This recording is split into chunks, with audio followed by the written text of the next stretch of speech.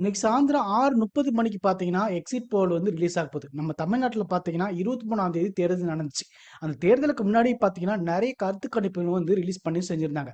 நக்கீரன் ஆகட்டும், விகடன் ஆகட்டும், நெறைய கருத்து கணிப்புகள வந்து ரிலீஸ் பண்ணியிருந்தாங்க. ஆனா, அந்த கருத்து கணிப்புக்கும், இந்த எக்ஸிட் போலுக்கு என்ன வித்தியாசம் அப்படின்னு பார்த்தீங்கன்னா, அது வந்து ஒப்பினியன் போல், இது வந்து எக்ஸிட் போல். அந்த ஒப்பினியன் போல் அப்படின்னு என்னன்னு பார்த்தீங்கன்னா, தேர்தலுக்கு முன்னாடி நீங்க எந்த கட்சிக்கு ஓட்டு போட போறீங்க அப்படின்னு சில பேர்ட்ட கேட்கும்போது, நான் இந்த கட்சிக்கு ஓட்டு போட போறேன், இந்த கட்சிக்கு ஓட்டு போட போறேன் அப்படிங்கிற மாரி சொல்லுவாங்க. அதுதான் ஒப்பினியன் போல். இந்த எக்ஸிட் போல் அப்படின்னு என்னன்னு பார்த்தீங்கன்னா, தேர்தல் அன்னைக்கு ஓட்டு போட்டுட்டு வந்திருப்பாங்கல்ல, அவங்க கிட்ட இருந்து ஒரு சர்வே மாரி கேட்பாங்க. அதுதான் எக்ஸிட் போல். அது வந்து சாம்பிளுக்கு வந்து 2000, 5000, 10,000ன்னு எடுத்து வச்சிருப்பாங்க. அதுதான் எக்ஸிட் போலும் கூட.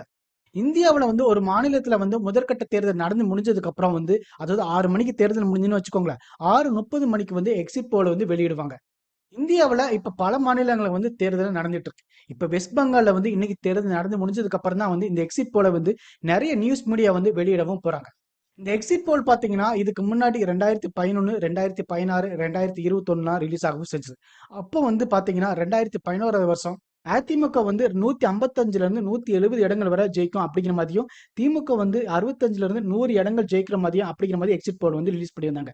ஆனா கடைசியா பாத்தீங்கன்னா, அதிமுக வந்து 200 இடங்கள வந்து கைப்பற்றி ஜெயிக்கவும் செஞ்சாங்க. அதேமாரி 2021 கணக்குப்படியும் பார்த்தீங்கன்னா, கிட்டத்தட்ட துல்லியமா வரவும் செஞ்சது. அதாவது வந்து திமுக வந்து 160ல இருந்து 185 இடங்கள் வரை ஜெயிக்கும் அப்படிங்கிற மாரி கணிக்கப்பட்டுச்சு. கடைசியா பார்த்தீங்கன்னா, 159 இடங்கள் வந்து பிடிச்சு ஆட்சி அமைக்கவும் செஞ்சாங்க. அதனால இந்த எக்ஸிட் போல வந்து கிட்டத்தட்ட ஒரு 90% கரெக்ட்டா இருக்க வாய்ப்பு இருக்கவும் செய்யுது. அதனால தான் இந்த தேர்தலோட ரிசல்ட் வர்றதுக்கு முன்னாடியே இந்த எக்ஸிட் போல வந்து எல்லாருமே எதிர்பார்க்கவும் செய்றாங்க.